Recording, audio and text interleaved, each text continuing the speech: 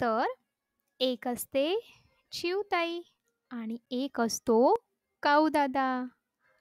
चिवताईचं घर असते मेणाचे आणि काऊदादाचे घर असते शेणाचे.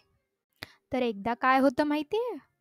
एकदा खूप जोरात पाऊस येतो आणि त्यात काऊदादाचं घर वाहून जाते.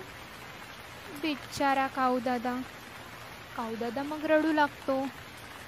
आता माझे घर गेले, आता मी काय करू? असं म्हणून काऊदादा रडू लागतो आणि मग काऊदादा पावसात ओलाचिंब भिजून जातो. मग त्याला चिवताईचे घर दिसते. मग तो चिवताईच्या घरी जातो आणि दार वाजवतो आणि म्हणतो, चिवताई चिवताई, दार उघड.